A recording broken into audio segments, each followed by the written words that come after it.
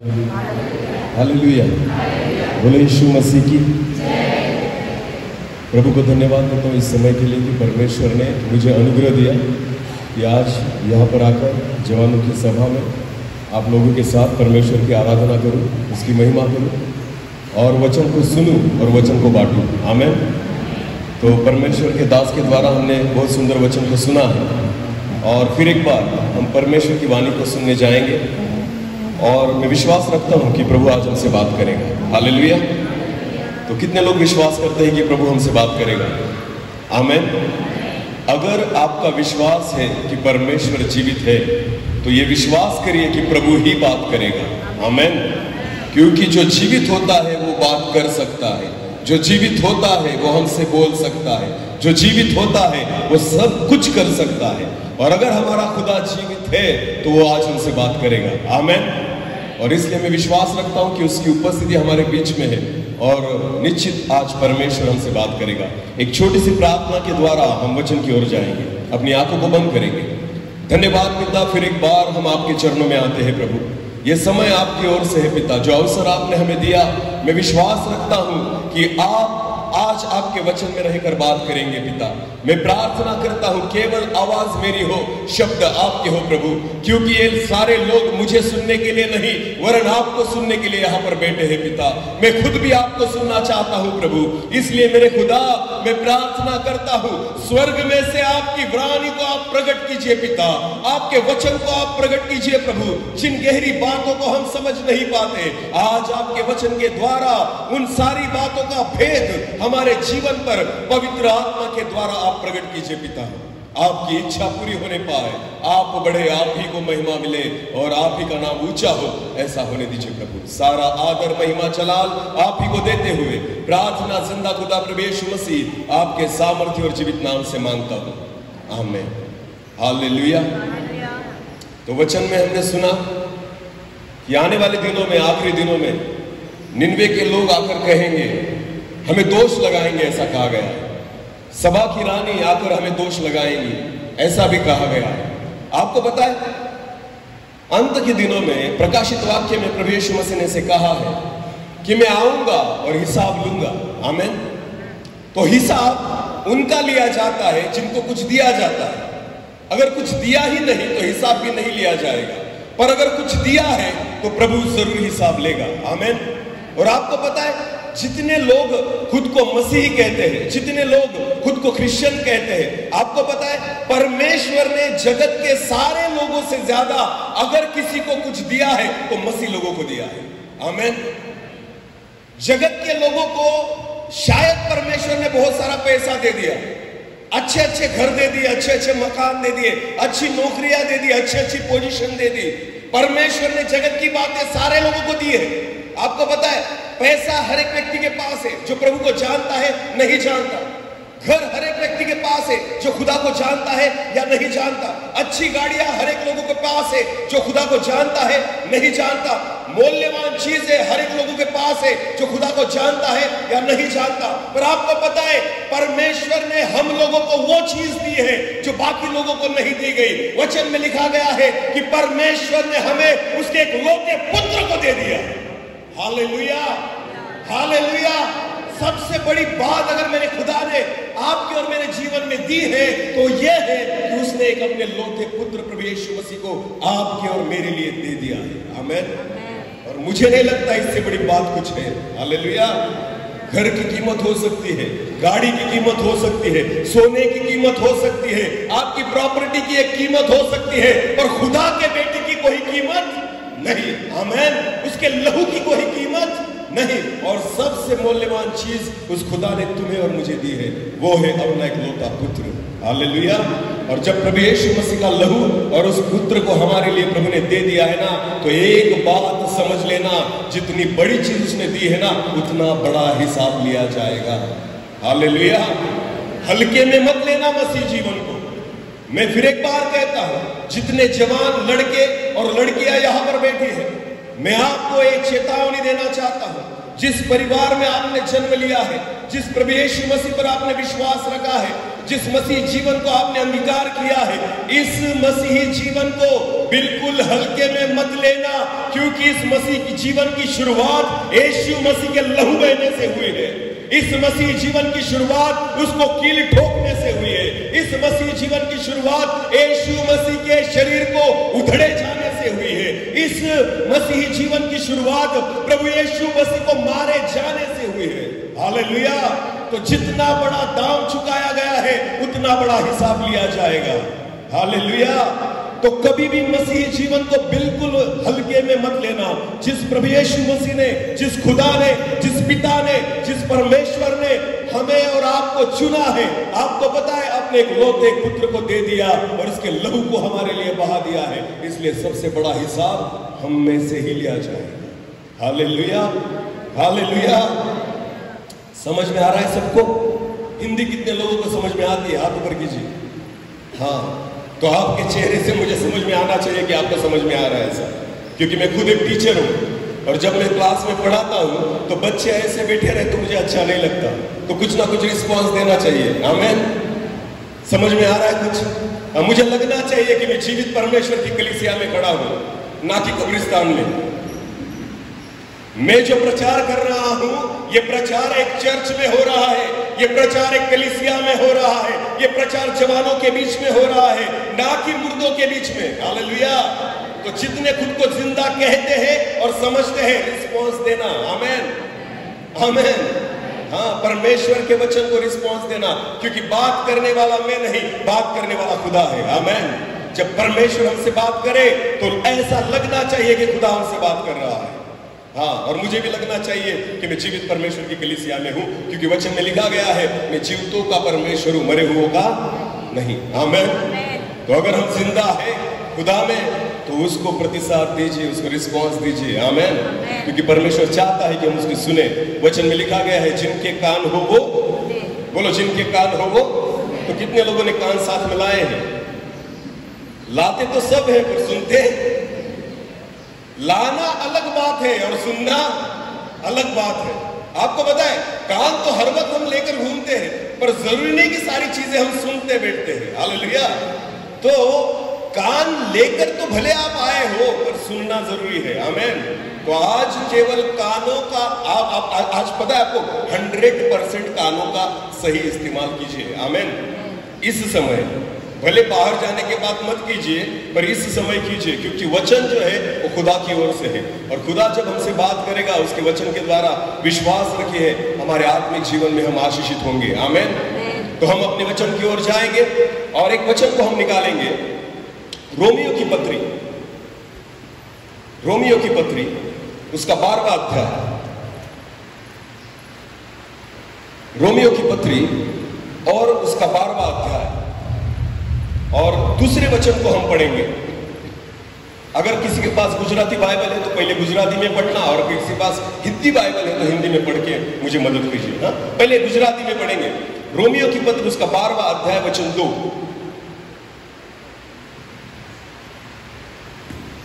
हाँ, आ जगतનો રોગ તમે ન ધરો। हाँ, फिर एक बार ब्रदर। आ जगतનો रोग તમે न धरो। बस। हाँ, और हिंदी में पढ़ेंगे अभी इसी वचन की शुरुआत, अगर किसी के पास हिंदी बाइबल है। इस संसार के सदृश न बनो। बस वचन में लिखा गया है, रोमियो की पत्री उसका 12वां अध्याय वचन 2 में ऐसा लिखा गया है। उस वचन की शुरुआत जो पौलुस करता है ना, तो उसमें लिखा गया है, इस संसार के सदृश न बनो। हालेलुया। आजकल तो सभी लग पड़े हैं, चल पड़े हैं संसार के सदृश बनने में। हाँ, मुझे डॉक्टर बनना है, मुझे इंजीनियर बनना है, मुझे ये बनना है, मुझे वो बनना है। कोई नहीं चाहता मुझे पतरस बनना है, कोई नहीं चाहता मुझे दाऊद बनना है, कोई नहीं चाहता मुझे एलिया बनना है, कोई नहीं चाहता मुझे एलिशा बनना है, कोई नहीं चाहता मुझे पौलुस बनना है, कोई नहीं चाहता मुझे यूहन्ना बनना है, कोई नहीं चाहता मुझे याकूब बनना है, कोई नहीं चाहता मुझे मूसा बनना है। जब तक आप चाहोगे नहीं, आप बन नहीं सकते। हालेलुया। जब तक एक व्यक्ति नहीं चाहता कि मैं डॉक्टर बनूं, तब तक वो डॉक्टर नहीं बन सकता। जब तक कोई नहीं चाहता कि मैं इंजीनियर बनूं, वो इंजीनियर नहीं बन सकता। जब तक कोई नहीं चाहता कि मैं टीचर बनूं, वो टीचर नहीं बन सकता। वैसे ही अगर आप नहीं चाहते कि मैं दाऊद बनूं, अगर आप नहीं चाहते कि मैं मूसा बनूं, अगर आप नहीं चाहते मैं पतरस बनूं, अगर नहीं चाहते कि मैं पौलुस बनूं, आप नहीं बन सकते। Hallelujah, hallelujah. सब चल पड़े हैं सदृश बनने में, किसके? संसार के। बोलो किसके? और वचन में लिखा गया है संसार के सदृश। फिर एक बार बोलो, संसार के सदृश न बनो। मेरे पीछे बोलो, संसार के सदृश न बनो। हालेलुया। जैसे संसार है, जैसे संसार की बातें हैं, जैसे संसार चलता है, संसार में जो जो अच्छी बुरी बातें हैं, आपको पता है आज हर एक व्यक्ति उन बातों का अनुकरण करना चाहता है, उनके समान बनना चाहता है। आजकल के जवानों को देखो, अगर आप उनकी हेयर स्टाइल देखोगे तो ये हेयर स्टाइल दाऊद की नहीं, सलमान खान की है। हालेलुया। हाँ, अगर उनकी दाढ़ी को आप देखोगे, ये दाढ़ी किसी बाइबल के कैरेक्टर की नहीं, ये दाढ़ी किसी फिल्म कैरेक्टर की है, आपको पता है। तो आप किसके सदृश बन रहे हो? जिस कपड़े को आप पहनते हो, जिस फैशन को आप स्वीकारते हो, जिस फैशन को आप पहनते हो, ये फैशन बिब्लिकल नहीं है, ये फैशन जगत के लोगों की है। और आपको पता है आप संसार के सदृश बनने में लगे हो। ये सारी चीजें दर्शाती है कि हम जो है संसार के सदृश बन रहे हैं। हाँ, कहते हैं इसे फैशन कहा जाता है। हाँ, अभी तो हम मॉडर्न युग में है, तो ऐसा रहना तो बनता है, ऐसी हेयर स्टाइल कर। मैं नहीं कहता अच्छा मत दिखो, मैं भी चाहता हूं आप अच्छा दिखो, क्योंकि आप जीवित परमेश्वर की संतान हो। आमीन। आप खुदा के बेटे हो और खुदा की बेटियां। अच्छा दिखना हमारा हक है। बोलो हमारा क्या है? अच्छा रहना हमारा हक है, सुंदर दिखना हमारा हक है। और आपको पता है सुंदर दिखना है तो परमेश्वर के समान दिखो, क्योंकि उसके समान सुंदर जगत में कोई नहीं। आमीन। वचन जो लिखा गया है, फिर एक बार ब्रदर प्लीज पढ़ेंगे उसी वचन को। इस संसार के सदृश न बनो। हाँ, पौलुस कहता है इस संसार के सदृश न बनो, क्योंकि आपको ऑलरेडी किसी के सदृश बनाया गया है। हालेलुया।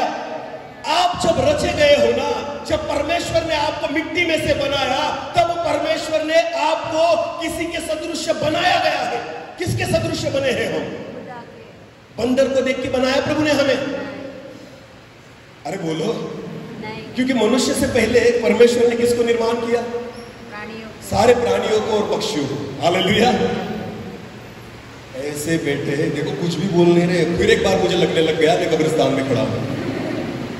हे लाजर, कब्र में से बाहर आ जा। आएगा? अरे उठा क्या लाजर जो मरा हुआ है हमारे बीच में? हालेलुया।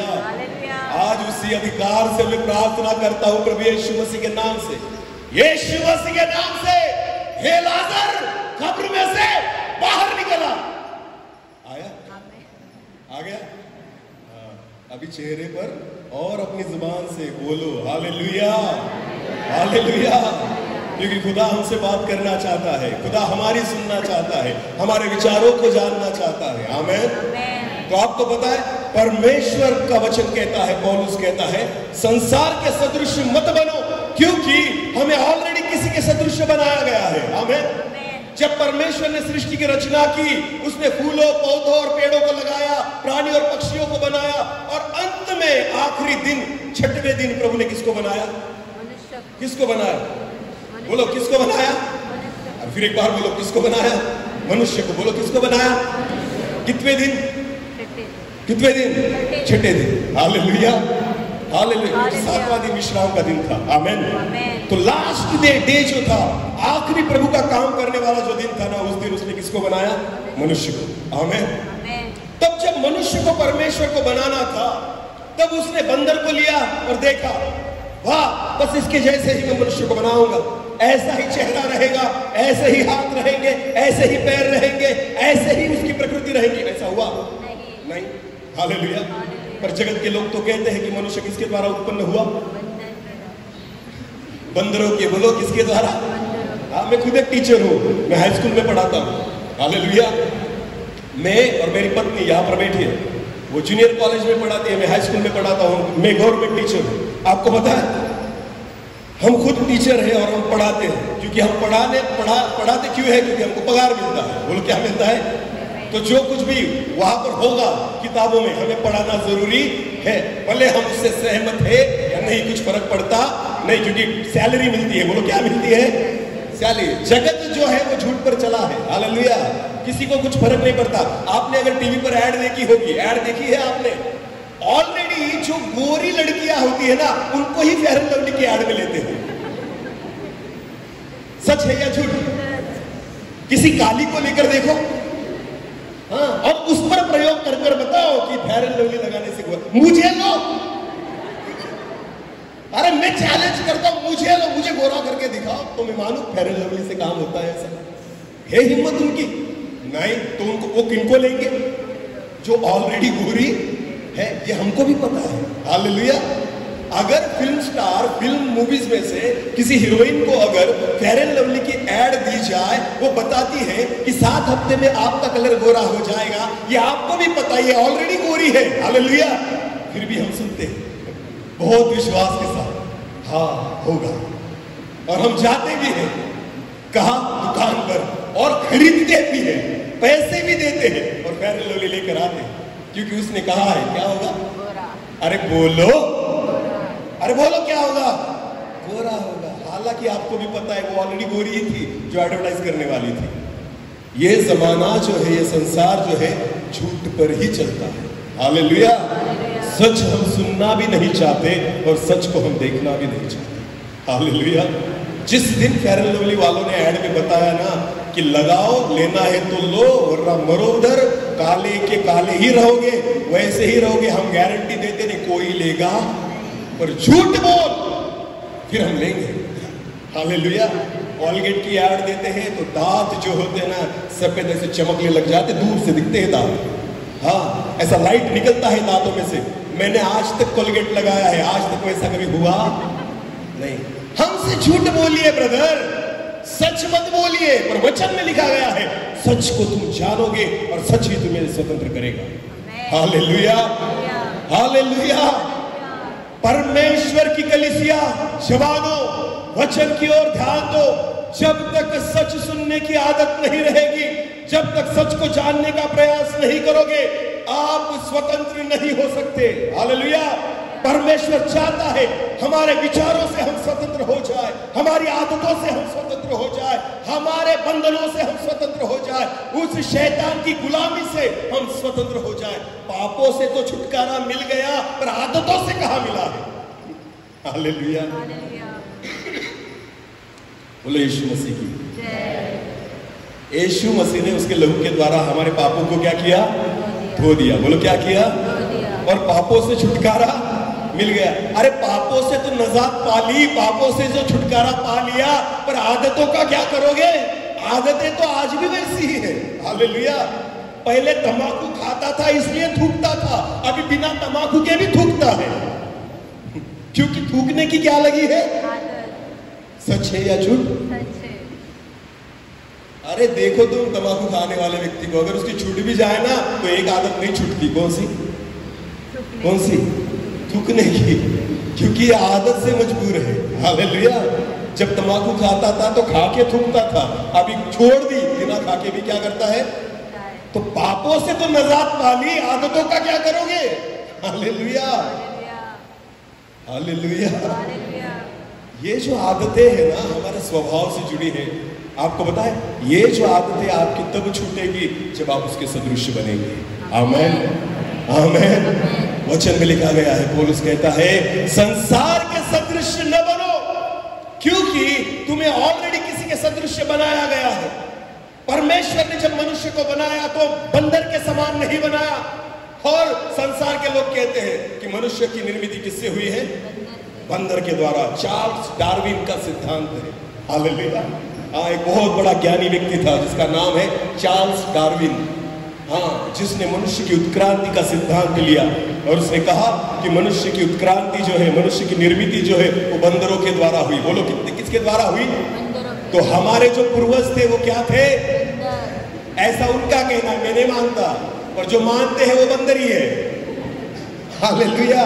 मैं नहीं मानता, पर लोग मानते, इसे कहते हैं संसार। बोलो इसे क्या कहते हैं? जो खुद को कहा किसका वंशज कहता है? अरे बोलो किसका वंशज कहता है?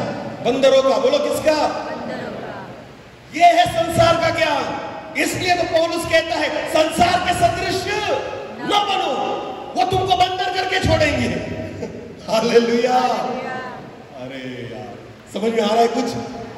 अगर तुम खुद को संसार के सदृश बनाओगे ना, तो संसार तुम्हें परमेश्वर के सदृश नहीं होने देगा, वो तुम्हें बंदरों के सदृश करेगा। हालेलुया। तो कितने लोग चाहते हैं खुद को बंदर बनाना? हाँ या नहीं? अरे बोलो तो, नहीं तो बोलो। अगर जब हम हाँ नहीं का जवाब कुछ नहीं देते तो उसे हाँ समझा जाता है। सच है या झूठ? हाँ? अगर किसी को पूछा जाए हाँ या नहीं, तो समझ लेना चाहिए कि वो क्या सोच रहा है।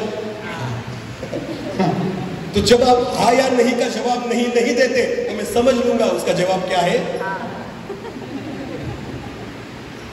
तो जो लोग संसार के सदृश है, तो संसार हमें बंदर बनाने के पीछे लगा है। बोलो क्या बनाने के पीछे लगा है? क्योंकि वो कहता है कि हमारे जो पूर्वज थे वो क्या थे? बंदर। और वचन में लिखा गया है, एक वचन को पढ़ेंगे, उत्पत्ति की पुस्तक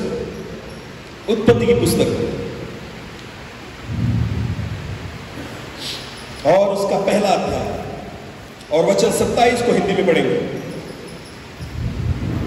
तब परमेश्वर ने, अभी ध्यान देकर सुनना, वचन में लिखा गया है तब परमेश्वर ने मनुष्य को अपने स्वरूप के अनुसार उत्पन्न किया। Hallelujah, hallelujah. मेरे खुदा ने मनुष्य को बनाते वक्त किसी बंदर को नहीं देखा, किसी और प्राणी को नहीं देखा, हाथी को नहीं देखा, किसी भी प्राणी को नहीं देखा। मेरे खुदा ने जब मनुष्य को बनाना चाहा तब किसको देखा? बोलो किसको देखा? उसने कैसे बनाया? फिर एक बार पढ़िए ब्रदर उस वचन को। तब परमेश्वर ने मनुष्य को अपने स्वरूप के अनुसार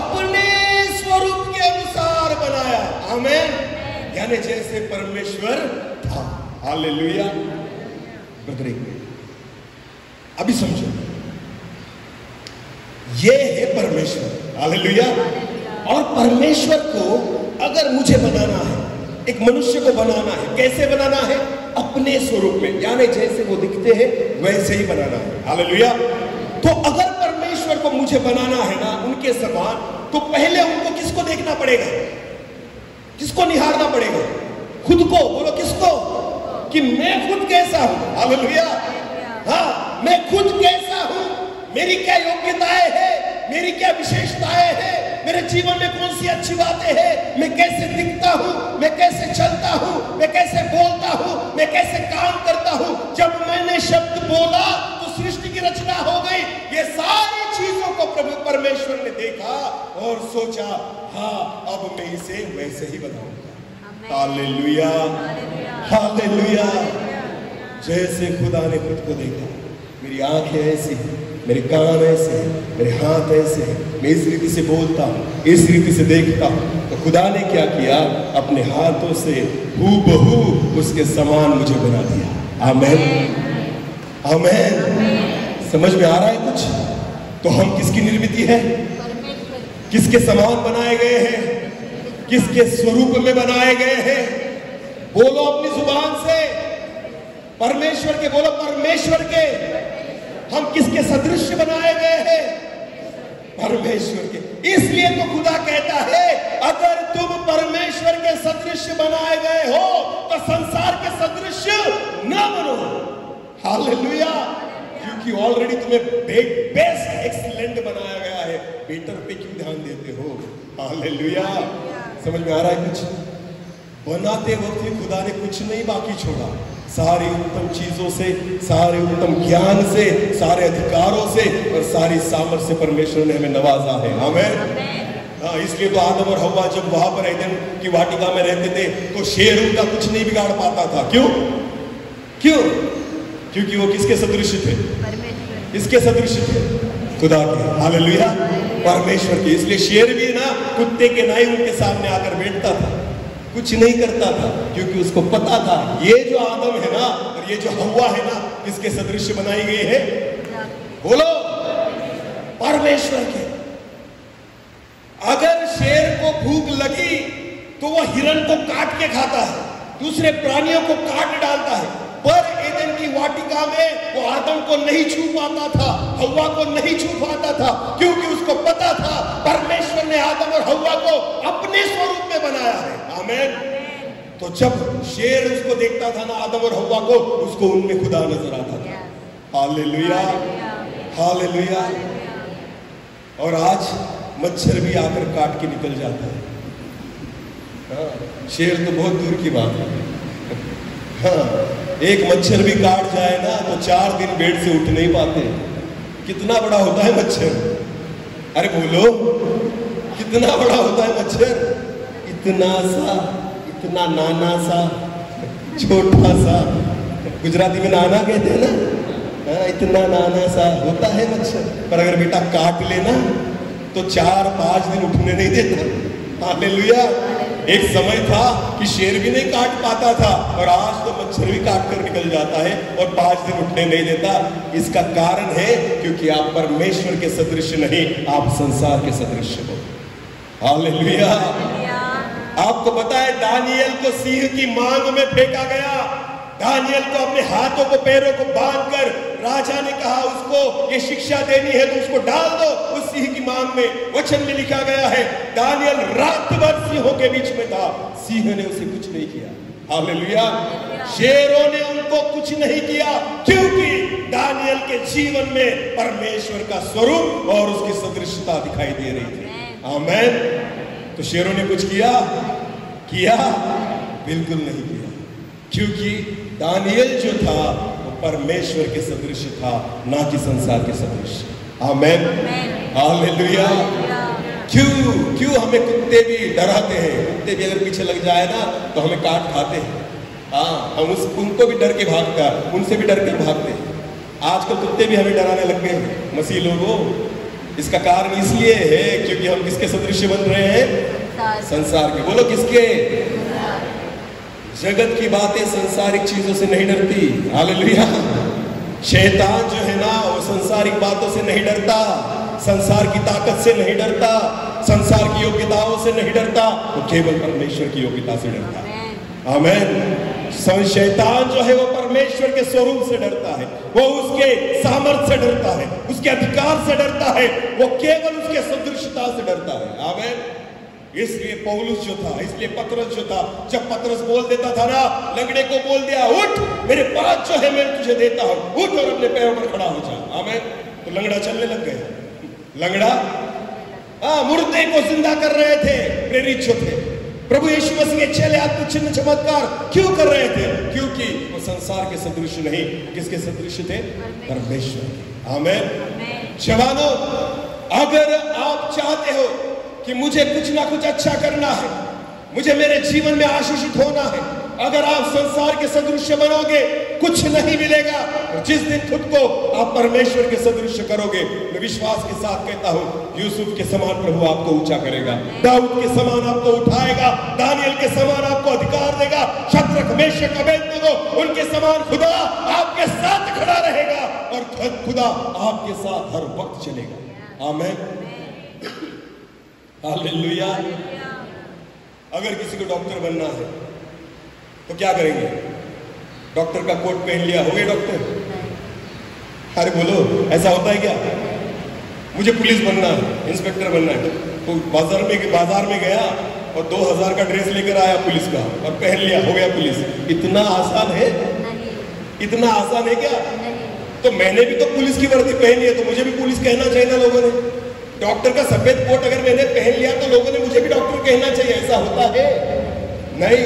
कपड़े पहनने से आप डॉक्टर नहीं बन सकते या पुलिस नहीं बन सकते। अगर आपको डॉक्टर, इंजीनियर, पुलिस या कुछ भी बनना है ना, तो उसके लिए आपको प्रयास करना पड़ेगा। हालेलुया। परिश्रम करने पड़ेंगे, उस ओर ध्यान देना पड़ेगा, उस ओर आपको चलना पड़ेगा, उसी मार्ग पर होकर आपको रहना पड़ेगा, तब जाकर आप उन चीजों को प्राप्त करोगे, अन्यथा नहीं। हालेलुया। वैसे ही अगर मुझे दानियल के समान बनना है, मुझे मूसा के समान बनना है, दाऊद के समान बनना है, प्रेरितों के समान बनना है, तो आपको उनके जीवन को देखना होगा। जवानों, अगर आप में से कोई दाऊद बनना चाहता है ना, तो दाऊद से सीखो कि वो कैसे परमेश्वर की आराधना करता था। जगत की बातों से वो दूर था, जगत के विचारों से वो दूर था, जगत की अभिलाषाओं से वो दूर था। और हर वक्त जब अपने बाप की भेड़ों को चराता था ना, तो परमेश्वर की आराधना करता था। आमेन। तो खुदा व्यक्तिगत रीति से उसको पहचानता था। आमेन। इसलिए जब गोलियात के सामने जाकर दाऊद खड़ा हो गया ना, बिल्कुल नहीं डर रहा था, बिल्कुल नहीं। शाऊल से कहता है, यार ये तो खुदा आज मुझे इसको मुझे मेरे हाथों में देगा। आमेन। बिल्कुल नहीं डरा दाऊद। हालांकि कभी लड़ाई की नहीं थी, हालांकि युद्ध का अनुभव नहीं था, तलवार कैसे पकड़ते उसको पता नहीं था, भाला कैसे चलाते उसको मालूम नहीं था, ढाल का वजन उठा नहीं पा रहा था। ये सारी चीजें दाऊद के जीवन में थी, फिर भी गोलियत से नहीं डर रहा था, क्योंकि उसको पता था लड़ने वाला मैं नहीं, लड़ने वाला जीवित खुदा है। Hallelujah, hallelujah. भले मैं दुबला पतला हूं, भले मेरे शरीर में कोई ताकत नहीं है, और जो खुदा मेरे साथ खड़ा है ना, वो काफी है इसे लड़ने के लिए। आमीन। इसलिए जब गोलियात से लड़ने के लिए दाऊद गया ना, तो उसने भाला नहीं लिया, तलवार नहीं ली, कोई शस्त्र नहीं लिया। उसने क्या उठाए? अरे बोलो क्या उठाए? कितने पत्थर? बोलो कितने? 5। जब पत्थर लेकर, अपनी लाठी लेकर गोलियात के सामने आ गया ना, तो गोलियात ने उसको देखा और कहा, मुझे कुत्ता समझता है कि मेरे मारने के लिए मुझे लाठी लेकर आया। हालेलुया। समझ में आ रहा है कुछ? गोलियात जब दाऊद को देखता है ना, उसके हाथ में लाठी है, पत्थर है और बटवा है, उसने देखा और कहता, मुझे क्या तू कुत्ता समझता है कि मुझे मारने के लिए लाठी लेकर आया? यानी गोलियात को खुद की औकात पता चल गई। हालेलुया। दाऊद को देखकर गोलियात को खुद की औकात पता चल गई, इसलिए तो कहता है, मुझको कुत्ता समझता है क्या? बराबर पहचाना। हालेलुया। गोलियात तूने बराबर पहचाना, अपनी औकात को तूने बराबर पहचाना। जब गोलियात ने ये कहा होगा ना, मुझे कुत्ता समझता है क्या, दाऊद को समझ में आ गया, हाँ काम हो गया। आमीन। मेरा काम हो गया। ये खुद अपने मुंह से खुद को क्या कह रहा है? कुत्ता। तो आज मरेगा कुत्ते की मौत। हालेलुया। अगर तो अपने मुंह से खुद को कुत्ता बोल रहा है ना बेटा, तो आज तो कुत्ते की मौत ही मरेगा। कितने पत्थर लगे उसको मारने के लिए? अरे बोलो, लेकर कितना गया था और लगे कितने? एक। क्योंकि खुद को कुत्ता बोल दिया। अभी तो 4 पत्थर का काम भी नहीं है, फिर एक ही का पत्थर काफी है। हालेलुया। शायद खुद को शेर बोलता तो 5 लग जाते, पर तूने खुद को क्या बोल दिया? अब तो एक ही काफी है बेटा। हालेलुया। ये तब होगा जब खुदा आपके साथ खड़ा होगा। आमीन। जब परमेश्वर की समानता आपके साथ होगी, उसका स्वरूप आप में दिखेगा, आप उसके सदृश बन जाएंगे। इसलिए वचन में लिखा गया है, संसार के सदृश न बनो। हालेलुया। कुछ भी फायदा नहीं है संसार के सदृश बनने का। जब मैं कॉलेज में था, उस समय मेरा एक दोस्त था, बहुत जिगरी फ्रेंड था मेरा। मैंने सारी गलत बातें की मेरे जीवन में, पीना खाना, सारी गलत बातें, सिगरेट वगैरह, स्मोकिंग वगैरह सब कर चुका हूँ। आज 15 से 16 साल हो गए मुझे प्रभु की सेवा में। उससे पहले अगर मेरा जीवन था, बहुत बुरा था, सारी गंदी बातें मेरे जीवन में मैंने की और मेरी संगति भी वैसी। मेरा एक दोस्त था, बहुत जिगरी यार था कॉलेज के दिनों में, और उन दिनों में एक पिक्चर रिलीज हुआ था, सिनेमा, तेरे नाम। बोलो कौन सा? तेरे नाम। अभी वो तेरे नाम तो रिलीज हो गया, बहुत फेमस भी हुआ, और सबसे ज्यादा अगर उसका प्रभाव जवानों पर पड़ा था तो उसकी हेयर स्टाइल। बोलो कौन सी? क्या उसकी? क्या अभी वो जो मेरा दोस्त था ना, वो मेरे भी कंधे जितना ही था, उसकी ऊंचाई ज्यादा नहीं था, इतना ही था। हाँ, पर उसको जब उसने वो पिक्चर देखा, सिनेमा देखा, प्रभावित हो गया। हाँ, सलमान को देखकर, और उसने सोचा और डिसाइड किया कि मैं किसके समान बनूंगा। बोलो किसके समान? सलमान। तो उसने उस दिन से अपने बालों को बढ़ाना शुरू कर दिया, और एक दिन आया कि वो तेरे नाम बन गया। हेलो, सुनो मेरी बात। एक दिन ऐसा आया कि वो बंदा तेरे नाम बन गया, और वो इतना गंदा दिखता था कि मुझे उसके साथ चलना भी अच्छा नहीं लगता था। अरे ठीक है बाबा, उसको 2 करोड़ मिलते हैं तेरे नाम बनने के लिए, तो फुकट में क्यों गंदा कर रहा है खुद को? हालेलुया। हाँ, अगर उनको 5-10 करोड़ मिलते हैं तो वो टकली भी कर लेंगे, वो बाल भी बढ़ा लेंगे, वो दाढ़ी भी बढ़ा लेंगे। आपको कुछ नहीं मिलने वाला, उल्टा जो आप दिखते हो ना, उससे गंदे दिखने लग जाते हैं। इसे कहते हैं संसार के सदृश बनना। हालेलुया। जब आप संसार के सदृश बनोगे ना, परमेश्वर भी नहीं पहचान पाएगा कि परमेश्वर कहेगा मैंने इसको ऐसे नहीं बनाया था, इसने क्या खुद को कर लिया है। हालेलुया। जवानों, अपने बालों को कलर मत करना, लाल, नीले, हरे, ऐसे सीधे, क्योंकि खुदा ने जो कलर करके भेजे हैं ना वही अच्छे हैं। आमीन।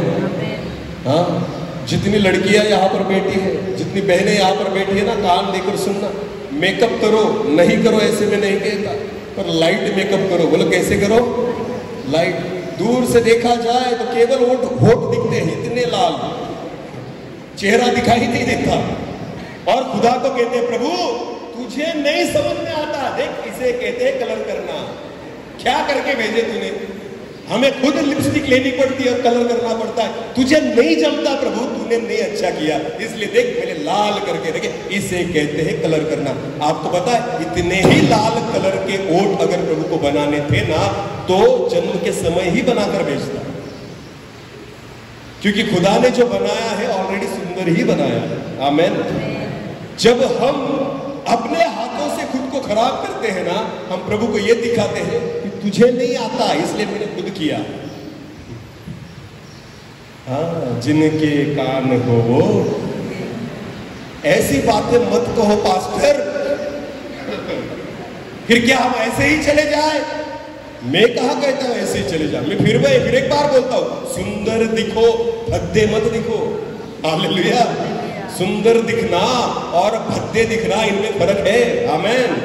हाँ, आपको पता है ज्यादा मेकअप आपको भद्दा बनाता है और अच्छा मेकअप आपको सुंदर बनाता है। आमीन।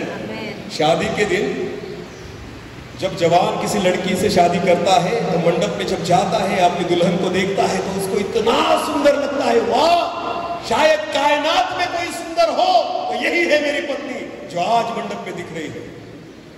दूसरे दिन जब वो नहाती है और बाहर आती है ना, तो कहता है ससुरे ने कुछ ना कुछ गड़बड़ की, कल जो मंडप में थी वो आज नहीं। जिस शादी के दिन आपने आपकी पत्नी को जो देखा है ना, वो कभी भी नजर नहीं आती, क्योंकि मेकअप के 2, 3, 4 लेयर लगे हुए होते हैं। वो धोने में ही 2 घंटे लगते हैं, लगाने में तो पूछो मत। हाँ, या दूल्हा जो होता है वो पसीने पसीने होकर बैठा रहता है, तब तक तो जो दुल्हन होती है ना उसको तो मेकअप ही चालू होता है। सारे जो बाराती है आकर बैठते, विवाह का टाइम होता है 12 बजे। बोलो कितने? सबसे झूठे लोग मसीह लोग होते हैं। हाँ, विवाह पत्रिका ना, गुजराती में क्या कहते हैं पत्रिका?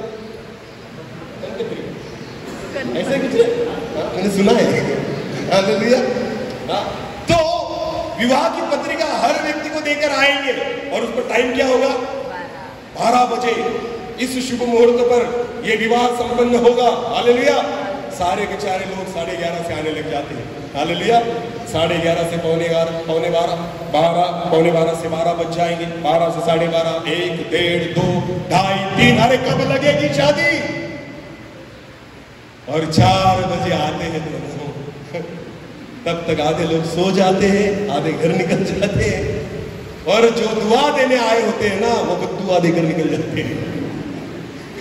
समझ में आ रहा है मेरा? कुछ लोगों को हम क्यों बुलाते हैं शादी में कि वो क्या दे?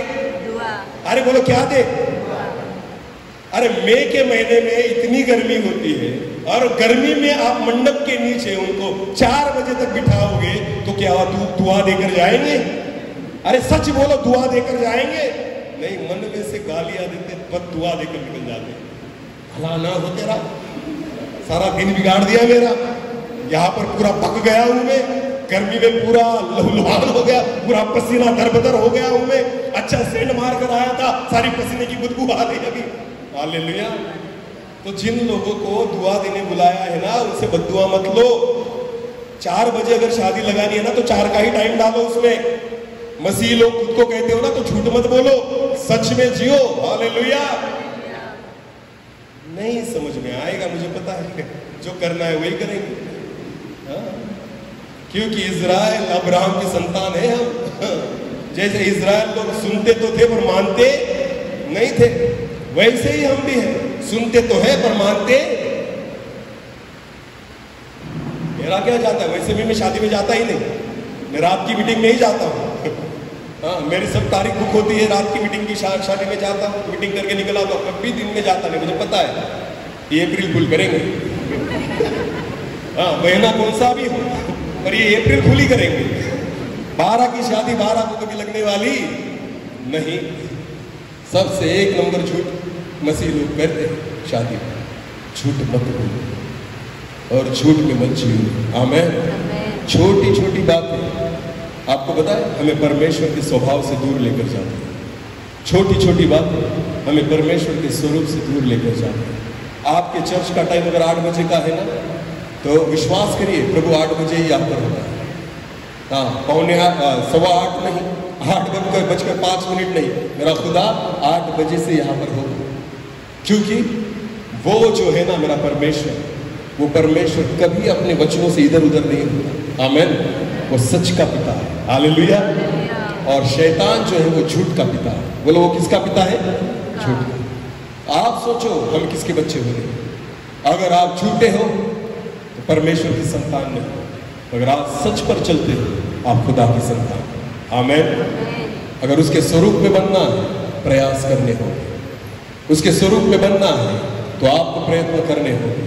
डॉक्टर बनने के लिए पढ़ाई करनी पड़ती है, रात दिन एक करना पड़ता है, परिश्रम करने पड़ते हैं, तब जाकर सफेद कोट आपके शरीर पर आएगा और आप डॉक्टर बन पाओगे।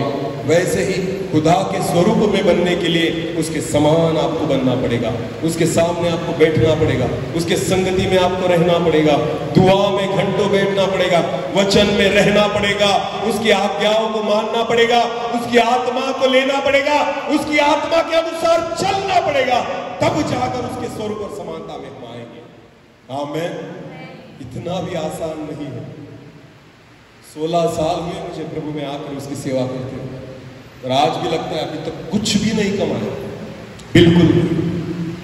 अभी भी लगता है प्रभु और बढ़ना चाहता हूं तुझ में, तेरे ज्ञान में, तेरी आत्मा में, तेरे अभिषेक में, तेरी प्रार्थना में। 2 घंटे भी प्रार्थना करता हूं तो लगता है बहुत कम है। नौकरी करके प्रभु की सेवा कर रहा हूं, फिर भी 2 घंटे निकालता हूं प्रार्थना के लिए, उसके सामने घुटने टेकता हूं, फिर भी मन को ये बात लगती है कि खुदा मैं 2 घंटे ही दे पा रहा हूं, ज्यादा देना चाहता हूं और ज्यादा समय तेरे साथ बिताना चाहता हूं। आपको पता है जब आप खुदा के साथ बैठने लग जाओगे ना, उसकी लत लग जाएगी आपको। बोलो क्या लग जाएगी? ये सबसे अच्छी लत है। आमेन। ये सबसे अच्छी आदत है। मैं बोलता हूँ आपको, जैसे दारू पीने वाले को अगर शाम हो गई तो पिए बगैर नहीं रह सकता। हालेलुया। वैसे ही खुदा है, अगर एक बार आत्मा को आपने चख लिया, खुदा को आपने चख लिया, उसका अनुभव आपने कर लिया, मैं आपको विश्वास के साथ कहता हूं आप बिना खाए रह जाएंगे, बिना पानी पिए रह जाएंगे, बिना सोए रह जाएंगे और बिना प्रार्थना नहीं रह सकते। आमेन। आमेन। आदत लगाओ उस परमेश्वर की। जवानों आदत लगाओ उस परमेश्वर की। पढ़ो, लिखो, डॉक्टर बनो, इंजीनियर बनो, और मैं आपको कहना चाहता हूं उससे पहले उसकी संतान बनो। आमेन। उससे पहले परमेश्वर की संतान। यूसुफ लिखा पढ़ा नहीं था, फिर भी मिस्र देश का क्या हो गया? अधिपति हो गया। आमेन। हालेलुया। बिल्कुल पढ़ाई लिखाई नहीं थी उसकी, फिर भी परमेश्वर ने उसे ऊंचा किया। दाऊद क्या था? क्या था? चरवाहा। बोलो क्या था? परमेश्वर ने उसको वहां से उठाया और इजराइल देश के राजा के सिंहासन पर बिठा दिया। आमेन। ये खुदा के लिए संभव है। आमेन। जितने जवान यहाँ पर बैठे हैं, आपका भविष्य आपके हाथों में नहीं, परमेश्वर के हाथों में है। आमेन। और आपका भविष्य अगर आपको चाहिए तो उसके हाथों में आपको आना हो। हालेलुया। जब आप खुद को उसके हाथों में दे देंगे तो विश्वास के साथ कहता हूं आपका भविष्य सिक्योर है। आमेन। आपका भविष्य आशीषित है, खुदा आपको आशीषित करेगा। इसलिए पौलुस कहता है संसार के सदृश न बनो। आमेन। और उसकी इच्छा है तो किसके सदृश बनो? परमेश्वर के। बोलो किसके सदृश बनो? परमेश्वर। तो चाहते हैं परमेश्वर के सदृश बनना? कितने लोग चाहते हैं? हाथ को ऊपर। फर्क नहीं पड़ता आज हमारी उम्र क्या है, बिल्कुल नहीं। जब खुदा ने मूसा को चुना, मूसा की उम्र क्या थी?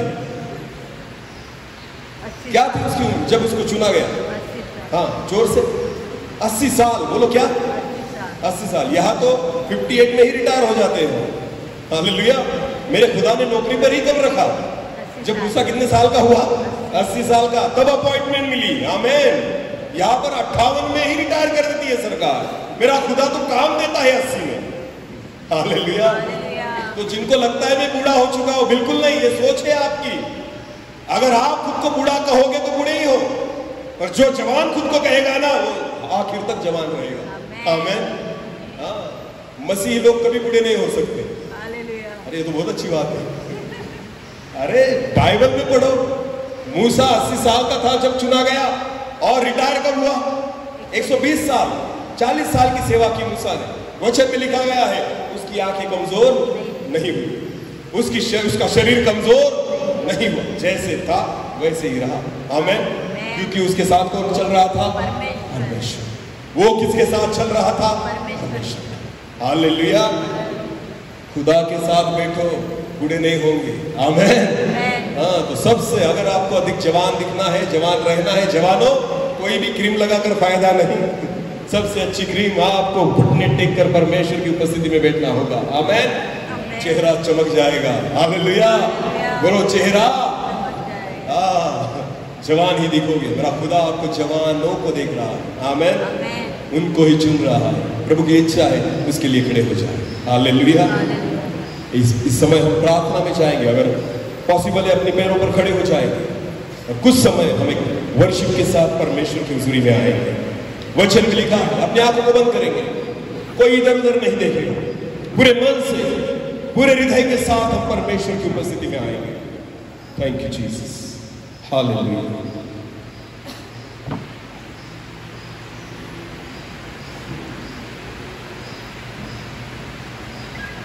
Thank you lord. हर एक व्यक्ति अपनी आंखों को बंद करेंगे, अपने मन को परमेश्वर की ओर लगाएंगे। पौलुस कहता है, संसार के सदृश न बनो। परमेश्वर की इच्छा है कि जिस खुदा ने हमें उसके स्वरूप में बनाया है, हम खुद को उस परमेश्वर के स्वरूप में लेकर आए। हम उसकी हुजूरी में बैठे, हम उसकी उपस्थिति में एक वक्त गुजारे, अपने घुटनों को टेके और उसके समान बनने की कोशिश करें। ये परमेश्वर की इच्छा है। Thank you Jesus.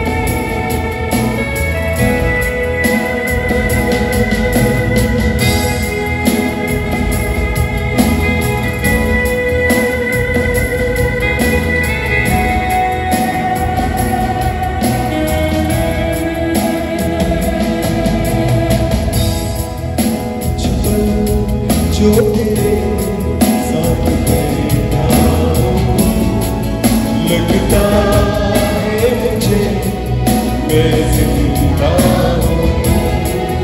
कुछ पल जो तेरे साथ बैठा हूँ, लगता है मुझे मैं जिंदा हूँ। अब भी मुझ में सांस बाकी है, अब भी मुझ में सांस बाकी है। तेरे साए में खुश रहता हूँ, लगता है मुझे मैं जिंदा हूँ। कुछ पल जो तेरे साथ बैठा हूँ, लगता है मुझे मैं जिंदा हूँ। कुछ ऐसे ये बात है, चाहे जो भी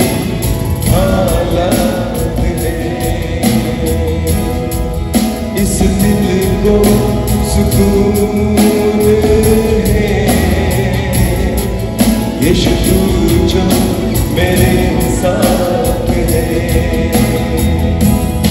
क्या पता था मुझे तू मोहब्बत है, क्या पता था मुझे तू मोहब्बत है। इस दिल को बस तेरी हसरत है। लगता है मुझे मैं जिंदा हूँ, कुछ पल जो तेरे साथ बैठा हूँ। लगता है मुझे मैं जिंदा हूँ, तेरे कांधे पे सर हो मेरा और डोलूं यूं ही चंद पल। मेरी नजरें तुझी पर टिकी, वक्त थम जाए दिन जाए। कोई तुझसा नहीं खूबसूरत है, कोई तुझसा नहीं खूबसूरत है। इस दिल को बस तेरी हसरत में। लगता है मुझे मैं जिंदा हूँ, कुछ पल जो तेरे साथ बैठा हूँ। लगता है मुझे मैं जिंदा हूँ, अब भी मुझ में सांस बाकी है, अब भी मुझ में सांस बाकी है। तेरे साए में खुश रहता हूँ। लगता है मुझे मैं जिंदा हूँ, कुछ पल जो तेरे साथ बैठा हूँ। लगता है मुझे मैं जिंदा हूँ, लगता है मुझे मैं जिंदा हूँ। लगता है मुझे मैं जिंदा हूँ। धन्यवाद पिता, जब हम आपके चरणों में आते हैं, हम आपकी उपस्थिति में बैठते हैं, हम हमारे घुटनों को जब आपके सामने झुकाते हैं प्रभु, हमारे सिर को जब हम आपके सामने झुकाते हैं पिता, हमारे हाथों को जब हम उठाते हैं प्रभु, हम आप में जिंदा हो जाते हैं प्रभु। वही सामर्थ्य, वही उपस्थिति, वही अधिकार, वही स्वरूप, वही समानता हमारे जीवन में उतर आती है जो आपके जीवन में है प्रभु जी। मैं चाहता हूं, मैं प्रार्थना करता हूं, मैं मांगता हूं हर एक उस जवान के लिए, हर एक युवती के लिए प्रभु जी, आज व्यक्तिगत रीति से हर एक से आप बात कीजिए पिता। दाऊद के समान आज कोई खड़ा हो जाए, मूसा के समान खड़ा हो जाए, एलिया एलिशा के समान खड़ा हो जाए, पौलुस पतरस के समान, यूहन्ना याकूब के समान खड़ा हो जाए। ऐसा होने दीजिए पिता, और आपकी महिमा हो, आपके राज्य की बढ़ोतरी हो, ऐसा होने दीजिए। हर एक जवानों को व्यक्तिगत रीति से आज आप बात कीजिए और आपके लिए तैयार कीजिए प्रभु। मैं विश्वास रखता हूं आपके जीवित कलाम के द्वारा आपने हमसे बात की है। केवल सुनने वाले नहीं, पर उस वचन के अनुसार चलने वाले हम बने, ऐसा होने दीजिए। जिस जीवित बीज को आज यहाँ पर बोया गया है, 30 गुना, 60 गुना और 100 गुना फल लाए, ऐसा होने दीजिए प्रभु। सारा आदर और सारी महिमा और जलाल आप ही का है, आप ही को देते हुए प्रार्थना जिंदा खुदा प्रभु यीशु मसीह आपके सामर्थी और जीवित नाम से मांगता हूं, आमीन।